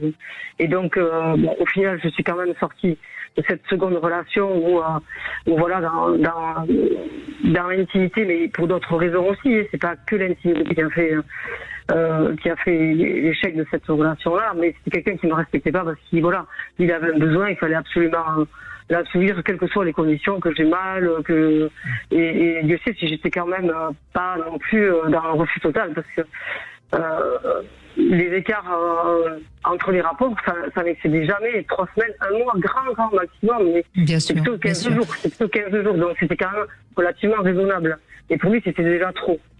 Et aujourd'hui, alors après cette relation-là, j'ai vécu des relations éphémères, hein, où il y a eu des choses très différentes, avec beaucoup de des sexualités très fortes, très intenses. C'était une énergie tout de suite, une connexion très forte directement. Bon, voilà. Et donc j'ai découvert autre chose et je me suis découverte avec ces petites relations que j'ai vécues après ces 20 ans. C'est là en fait que moi j'ai compris comment je fonctionnais. Que vous êtes devenue femme. Voilà, exactement. Ouais. Mais c'est ça aussi, je crois, la sexualité. Quand elle fonctionne bien, eh bien, on devient homme, on devient femme au sens noble du terme. Et c'est tant mieux. Ça fait plaisir d'entendre. Moi, ce que je trouve essentiel dans ce que vous dites, en tout cas pour les auditeurs, et moi, je dirais pas militer, c'est un grand mot, mais que j'insiste sur le fait que voilà, quand on vit des relations qui sont pas plusieurs fois pas bonnes. Personnellement aussi, quand je vois que je me séparais, je suis allé en thérapie parce que je voulais pas pas être cet homme-là tout le temps dans ses échecs, ou en tout cas de l'impression de faire du mal ou quoi que ce soit. Vous avez fait un travail pour comprendre pourquoi vous rencontriez systématiquement du manque de respect, et le fait de le comprendre, ça permet de changer. Et pour moi, c'est ça le message qui est important. C'est à un moment donné, si ça va pas, c'est important de demander de l'aide. On peut pas faire ça seul. On nous apprend toujours on n'est jamais mieux servi que par soi-même. Je dis non. À ces endroits-là, c'est vraiment important de se faire aider. Et vous témoignez de ça que, à un moment donné, votre sexualité a changé. Vous avez changé le regard sur vous-même, et les relations que vous avez eues ont changé. Je résume, mais c'est un peu ça. Absolument. Nos choix amoureux parlent toujours de nous, évidemment. Merci beaucoup, Isabelle. En tout cas, merci de votre témoignage. Isabelle. On fait une petite pause et on se retrouve dans un instant. Vous voulez parler à Brigitte Lahaie? 0826 300 300. 14h-16h, Brigitte Lahaie, Sud Radio. Nous sommes aujourd'hui avec Claude Parisot et nous évoquons les problèmes de communication dans le couple, et notamment par rapport à la sexualité. Et Gilles est avec nous. Bonjour Gilles, merci de prendre la parole. Oui, bonjour Brigitte, bonjour Claude. Bonjour Gilles. Merci de me recevoir et de m'écouter. Donc, mon témoignage est le suivant. J'ai 51 ans, ça fait 30 ans que je suis avec mon épouse. On s'est rencontrés assez jeunes. Et la semaine dernière, elle m'a annoncé qu'elle voulait qu'on se sépare. Alors, si vous voulez, je le sentais un petit peu arriver, dû à des problèmes de communication. Voilà. Donc, moi, je suis quelqu'un qui parle, qui aime bien parler, qui aime communiquer, qui parle avec mon cœur, j'ai envie de dire. Je ne peux pas garder les choses pour moi. Et mon épouse n'arrive pas à communiquer, dû à malheureusement, beaucoup de blessures d'enfance, ou peut-être d'abus. Voilà, même. de blessures d'enfance, d'abus. Des choses qu'elle n'est pas... Enfin, je ne sais pas si c'est dû à ça, mais elle n'arrive pas à s'exprimer, à communiquer librement. Et donc, ça a été une période un peu compliquée. Mais elle vous a dit pourquoi elle voulait arrêter la relation? Oui, parce que, si vous voulez, ce problème de communication, pour arriver à communiquer, moi, j'étais un peu dans l'excès comment dire, ou des fois je m'emportais, où je m'énervais parce que je sentais qu'on n'arrivait pas à parler, à se mettre d'accord. Et c'était la pousser un peu dans ses retranchements, malheureusement, ce qui n'était pas une bonne solution. Mais c'est une danse classique, nous on appelle ça minimiseur, maximiseur, c'est-à-dire vous cherchez à être en lien, et elle fuit plutôt le lien, ou elle se ferme. Voilà. Et vous essayez de communiquer, et plus vous allez la chercher, plus elle se sent envahie, et plus elle se sent envahie, plus vous la sentez fuir, et ça c'est la danse. Exactement. Mais ne regrettez rien, Gilles.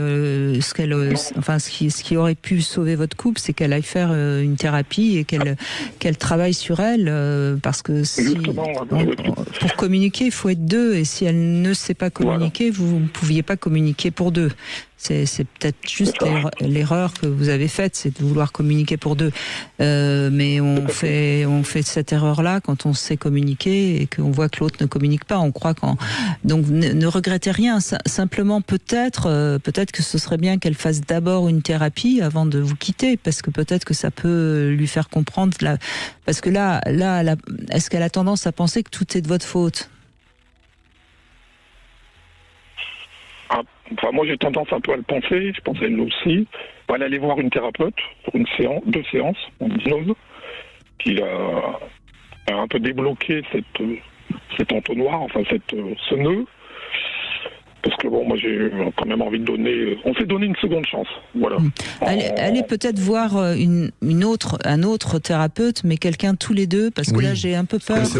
J'ai un peu peur que cette thérapeute n'ait pas forcément compris que c'est peut-être d'abord un problème de couple. Moi j'ai tendance, Gilles, quand on est en couple depuis 30 ans, on met pas une fin comme ça à un couple sur un coup de tête, vous voyez. Surtout que vous n'avez pas l'air d'avoir envie que ça s'arrête, et elle, je crois qu'elle a plus envie de fuir que d'arrêter le couple. Oui, c'est ça, oui. Donc fuir, c'est pas une solution, parce qu'elle va peut-être s'en mordre les doigts plus tard. Donc c'est pour ça, je pense qu'il faudrait que vous puissiez ensemble aller voir quelqu'un pour mieux comprendre où vous en êtes, et s'il y a quelque chose ou pas à sauver. Mais j'ai envie de vous dire... J'ai déjà dit, j'ai déjà dit qu'on pouvait aller voir tous les deux ensemble plutôt que consulter un d'un côté. Il vaut mieux avoir la parole des deux, l'échange des deux en face que d'une seule personne. Et elle a répondu quoi? oui, pourquoi pas. Prenez rendez-vous. Parce qu'en fait, c'est que des fois, ça fait peur. Pour celui qui parle le moins, c'est eux qu'on a plus de mal à ramener, notamment dans les stages. Moi, quand je fais un stage, puis des fois, le mot thérapie fait peur parce que il y a la peur d'être coupable, de pas être normal.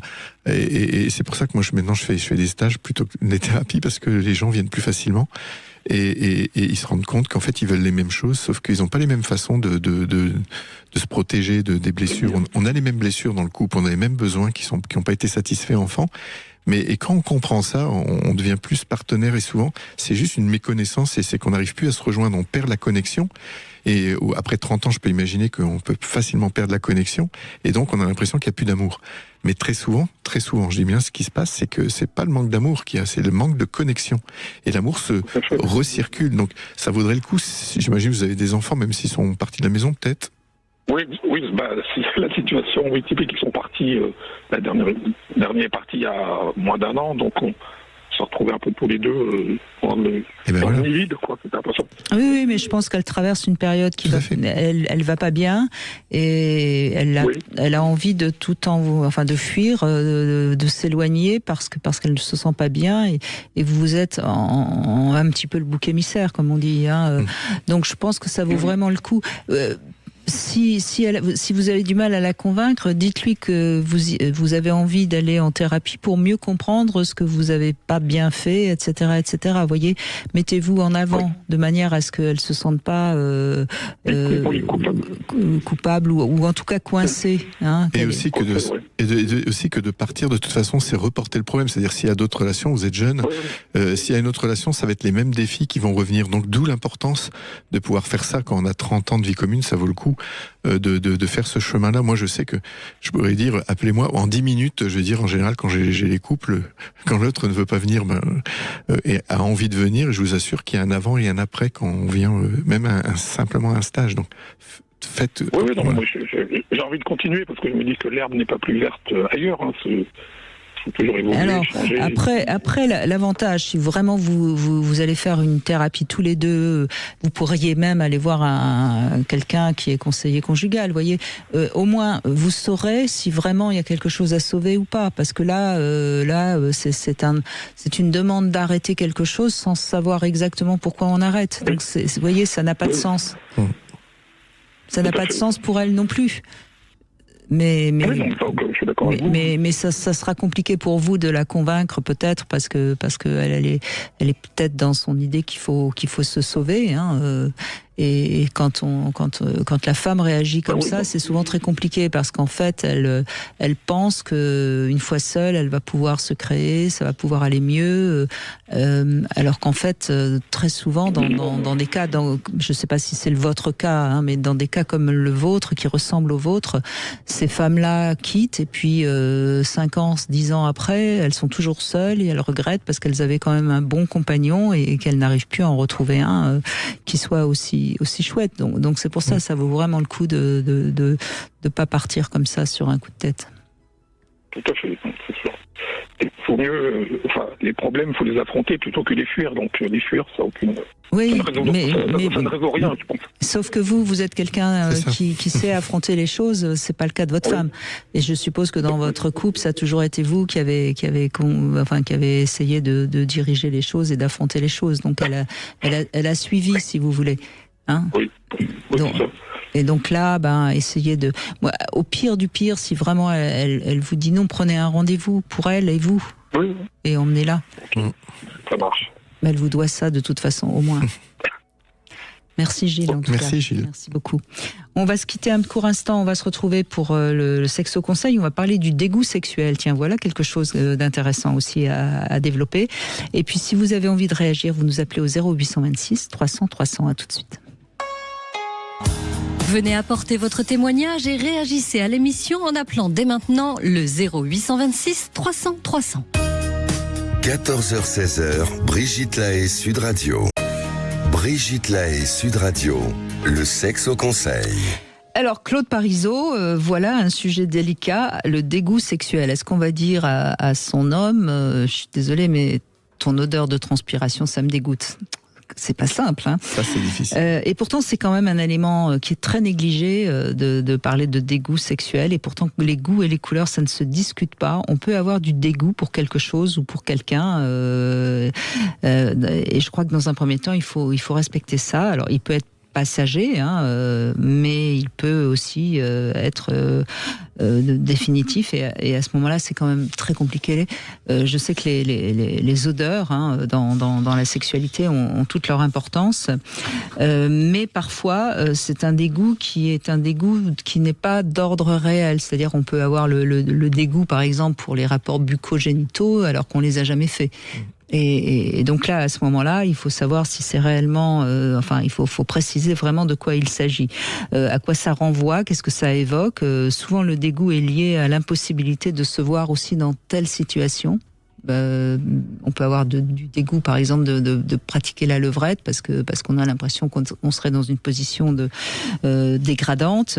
Alors il y a des limites qui sont parfois dues à l'éducation. Il y a parfois la pudeur aussi. Ça peut être une expérience qui s'est passée dans l'enfance.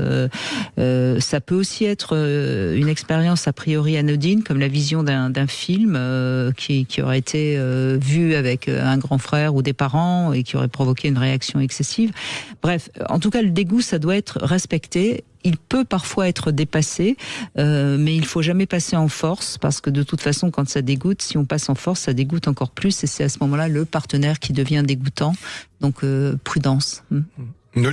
Comme tu dis, il y a deux dégoûts. Le dégoût de l'odeur, ça c'est compliqué. Je veux dire, Je pense que ça se dépasse pas. Ça se dépasse pas. Moi, j'ai un exemple. J'étais jeune. J'étais juste après mon accident, et c'était la première rencontre. Mais c'était important de dire la première rencontre. Ça m'est arrivé qu'une fois. J'ai dit, je peux pas. C'était pas possible. C'était une rencontre sur Internet, quand ça se faisait, c'était les débuts de Mythique, je me souviens. Oui, mon accident, c'était à 20 ans, et j'avais été 1 an hospitalisé, puis vraiment, la personne était venue, et c'était pas possible. Son odeur, oui, absolument. L'odeur. Mais ça peut être un aspect physique, par exemple, l'homme qui aurait plein de poils sur le ventre, ça existe, des hommes très, très poilus. Même moi. Et ça peut dégoûter, enfin, je veux dire, il y a plein de choses qui peuvent dégoûter dans la sexualité, il faut oser le dire quand même, à un moment donné. Mais on peut dialoguer. Mais il y a des choses, bon, ça c'est difficile, mais tous les autres, comme ce qu'on imagine, par exemple les positions, ou bien ça c'est important de voir en dessous ce qu'il y a. Il y a peut-être des traumas des fois. Voilà, ça peut se dépasser, mais jamais en force. C'est ça. C'est très important de le comprendre. Ouais. Patrick, bonjour. Bonjour Brigitte, bonjour Claude. Bonjour Patrick. Alors, est-ce qu'on parle facilement de sexualité dans votre couple, Patrick ? Alors, aujourd'hui, oui, mais je dirais que ça a été un long chemin, et d'abord un long chemin personnel, puisque je ne suis pas le même aujourd'hui qu'il y a 30 ans lorsque j'ai commencé ma sexualité, et que je pense qu'une des premières pierres pour commencer à pouvoir dialoguer avec son partenaire, c'est déjà être en accord avec soi-même. Et je dis pas que j'étais pas en accord avec moi-même quand j'avais une vingtaine d'années, mais il y avait une sorte de dichotomie entre l'amoureux que j'étais et l'amant passionnel que je pouvais être aussi. Donc d'avoir les mêmes mots ou la même posture vis-à-vis de ma partenaire en étant si différent, quelque part ça me crée une inhibition à déjà accepter. Là où aujourd'hui... en moi-même, je n'ai plus cette difficulté-là. Mais je dirais, vous avez évoqué tout à l'heure là, dans votre exemple la levrette. Bon, c'était quelque chose que j'aimais pratiquer et qui m'excitait fort. Mais la première fois que je l'ai pratiqué, j'ai eu une sorte de gêne dans l'après, en disant qu'est-ce que j'avais fait là finalement à la personne que j'aimais, puisque oui, c'est intéressant. Oui. Donc ça demande déjà d'être en accord avec soi-même, parce que pour dialoguer avec l'autre, si on a des tensions internes, c'est plus compliqué, puisque finalement on peut être fermé à cette discussion. En tous les cas, si on n'a pas réglé ça peut être un peu plus compliqué. Et parce que c'est un sujet délicat, on a un problème, des fois la différence entre ce qui est du genre du fantasme, du désir. Oui, mais se dévoiler quand on n'est pas à l'aise avec soi-même, c'est pas possible. Soyons clairs.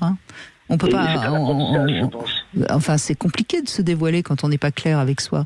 On va pas se mettre on va pas déjà, on a du mal à se le reconnaître à soi-même. Alors le reconnaître à l'autre, c'est compliqué.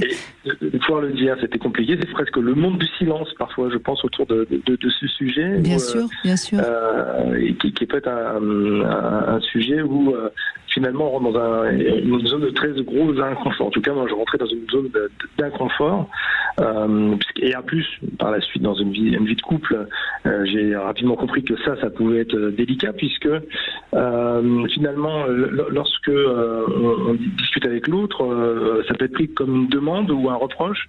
Je voudrais ceci ou tu ne fais pas assez cela, donc ça peut être un peu compliqué. De la même façon, comment aborder le sujet dans une relation transactionnelle, se dire je passe commande à mon partenaire de quelque chose que j'aimerais avoir ou faire, et donc comment peut-être tu vas avoir un non, donc j'aborderai pas, ou je suis dans le contournement, et finalement la seule des inhibitions qui arrive, c'est soit dans le feu de l'action, où là c'est l'action qui prédomine, ou soit dans la dispute, où là d'un seul coup la colère fait que des choses ressortent à la surface et qu'on ne dialogue pas, on est dans le reproche. Donc ce qui est quand même un peu dommage. C'est peut-être pas le meilleur moyen. Non, ça je suis d'accord.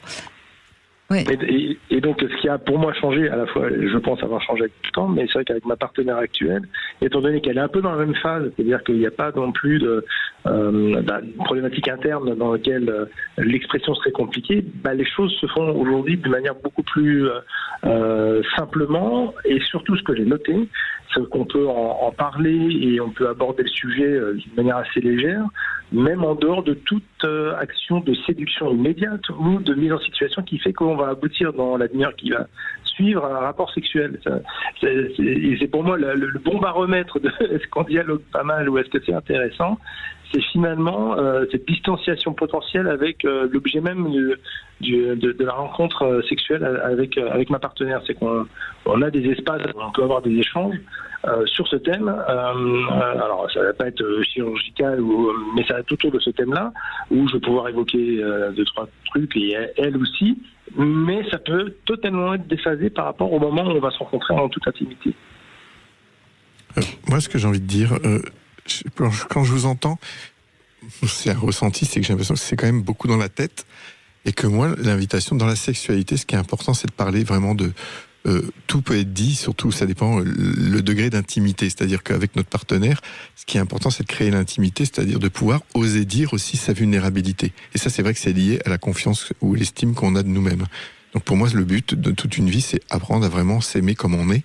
Et plus on apprend à s'aimer, plus ça va être facile d'oser dire, mais je sais pas comment faire là, tu vois, j'aimerais faire ça, mais je sais pas, ou alors poser des questions. Et c'est vraiment des choses plus directes, je veux dire, de ressenti.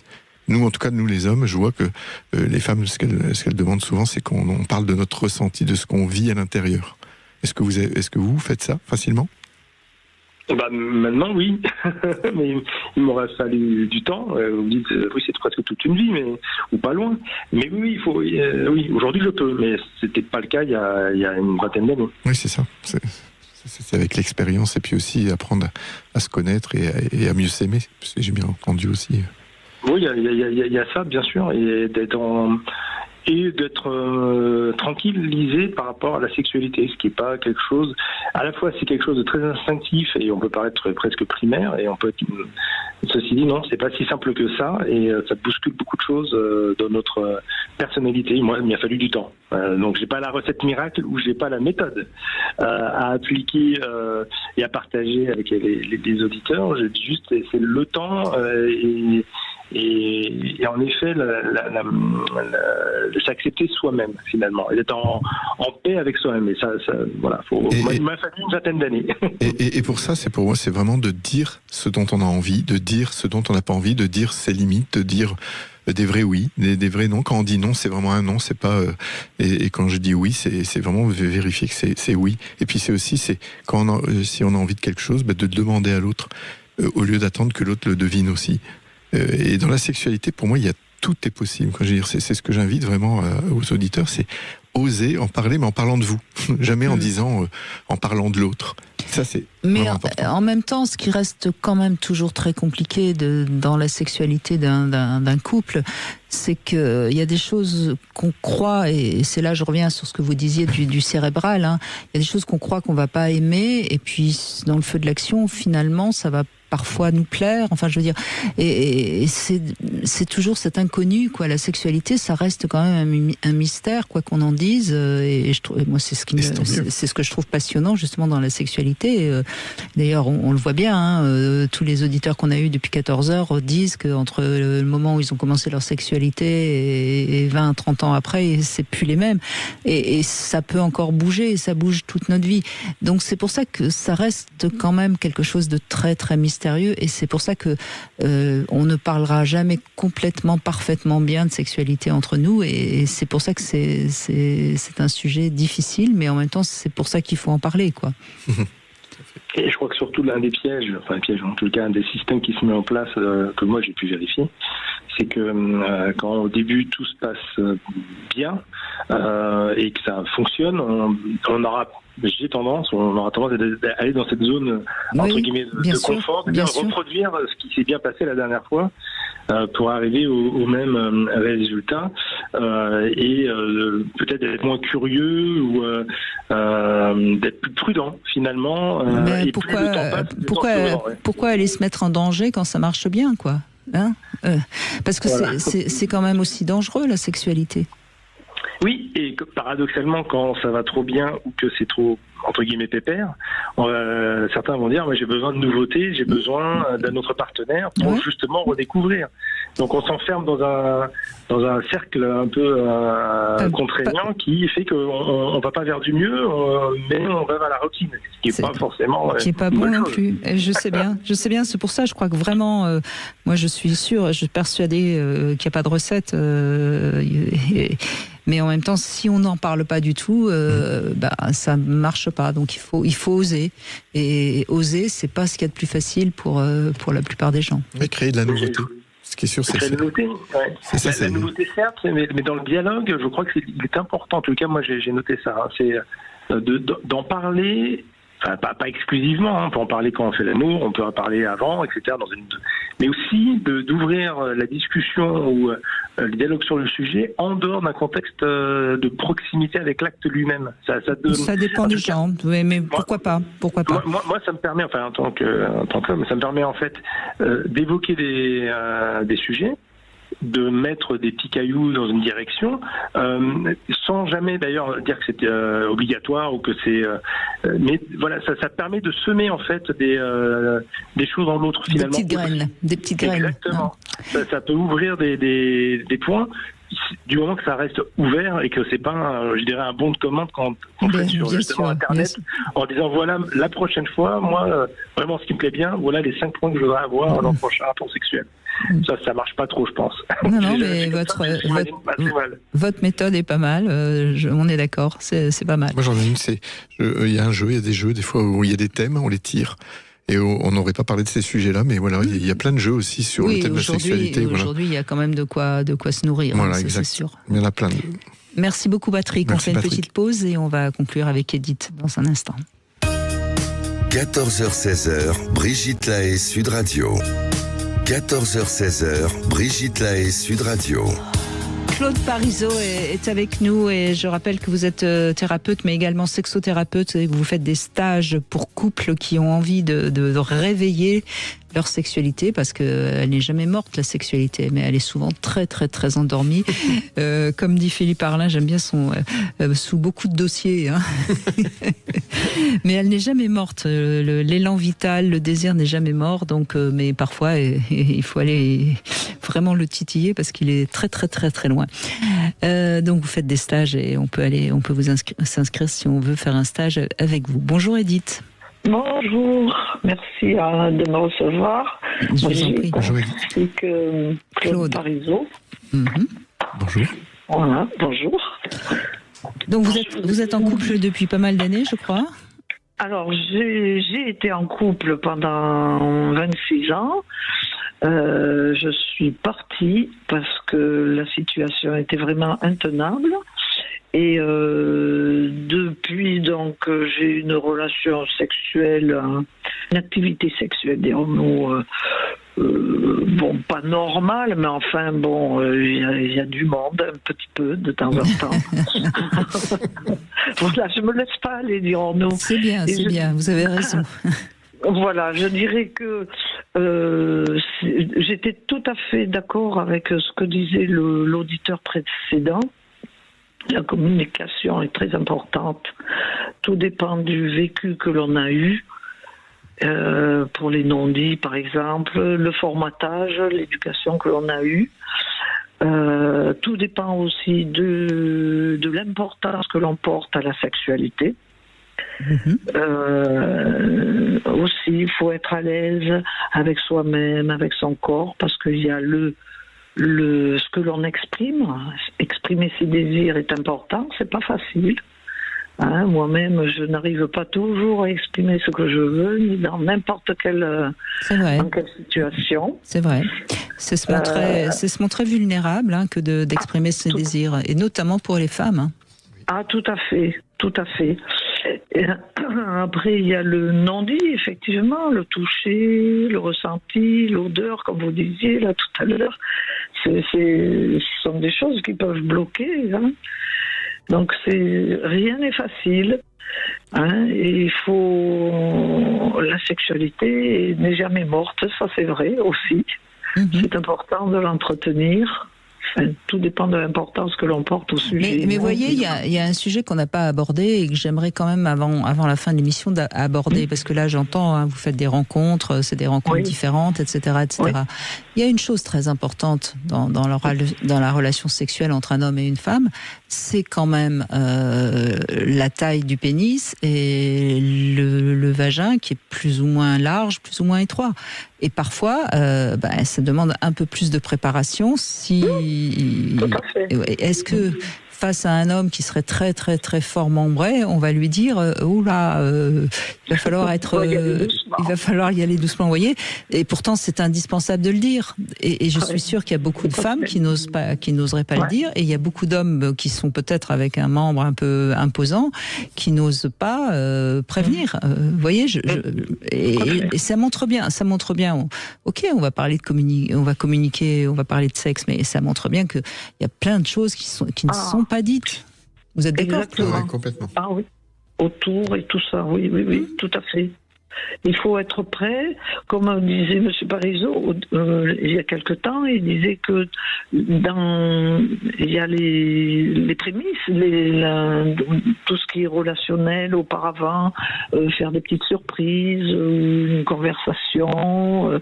Il faut que la femme a besoin d'être à l'aise, voilà, de se sentir en confiance, en sécurité.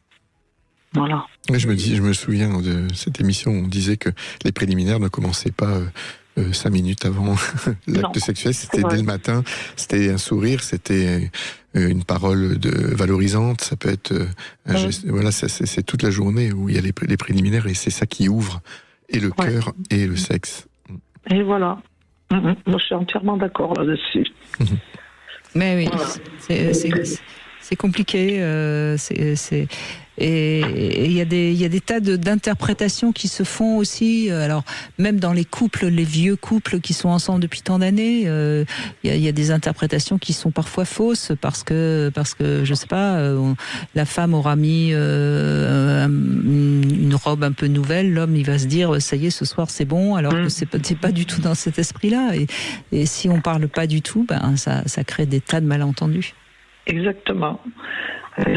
Donc c'est vrai qu'il faut de la nouveauté, effectivement. Il ne faut pas le train-train. Ça éteint quand même pas mal la relation, que ce soit en communication, de vivre avec quelqu'un. Ça, je suis persuadée de la chose.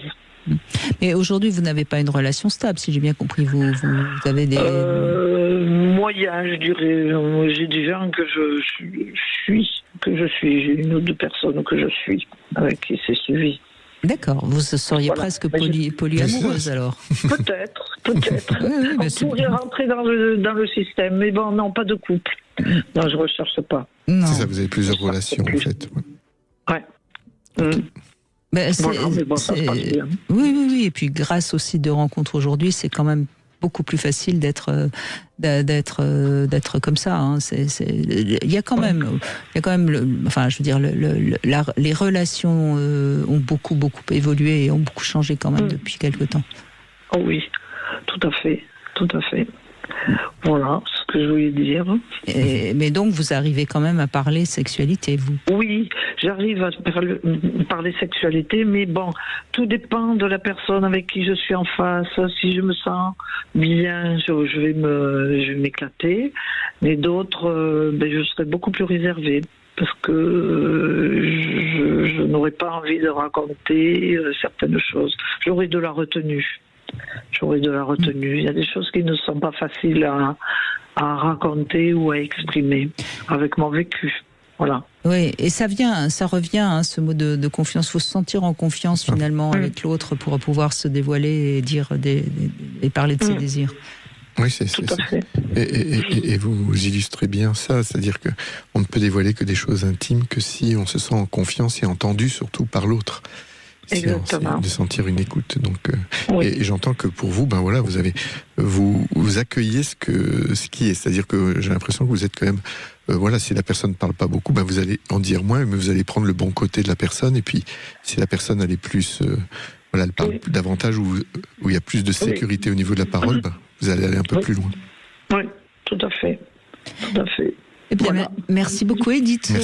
Merci d'avoir pris la parole. Je crois quand même que pour conclure cette émission, Claude Parisot, on peut quand même dire que grâce au fait que les femmes se libèrent dans leur sexualité, ça facilite quand même les choses, parce que je pense qu'il y a une époque où les femmes accomplissaient le devoir conjugal et puis ça évoluait pas beaucoup, la sexualité dans les couples. Ah, mais complètement. C'est comme la sexualité, c'est comme les couples. Il y a autant de façons, d'être en couple que de couple. C'est pareil dans la sexualité, elle a beaucoup évolué, en partie lié au fait que les femmes assument davantage aussi leur féminité. Je veux dire, osent plutôt, parce que pas qu'elles assument, c'est qu'elles osent demander et mettre leurs limites aussi. Puis avec tout ce qui se passe aujourd'hui, il y a vraiment un équilibre de plus en plus dans la sexualité qui se fait, et c'est pour le bien, je veux dire, des couples, en tout cas des relations. Et en même temps, c'est toujours le paradoxe de la sexualité, c'est que les jeunes qui sont a priori beaucoup plus libres, beaucoup plus libérés par rapport à la sexualité, ont moins de relations sexuelles. Donc c'est là aussi où il y a quelque chose à comprendre peut-être. Disons qu'ils séparent. Les jeunes séparent de plus en plus la sexualité de l'amour, du sentiment, quand même, pas de l'amour. Et notamment à cause, on en parlait, des sites pornographiques. Et aussi, ils ont envie d'expérimenter beaucoup, comme c'est très apporté. Donc, ils sont beaucoup dans l'expérience. Les jeunes, ils me disent des trucs. Moi, je connaissais pas le 10e à leur âge. Et ils expérimentent, mais ce que je remarque, c'est que c'est vraiment dénué c'est-à-dire qu'ils séparent vraiment leurs expériences au sentiment. Oui, alors que contrairement à ce qu'on peut croire, il n'y a pas d'un côté le sexe et de l'autre côté l'amour. C'est quand même une relation sexuelle a toujours un peu d'amour, et une relation d'amour a toujours un peu de sexe, il me semble. Enfin, moi, ça a toujours été mon avis.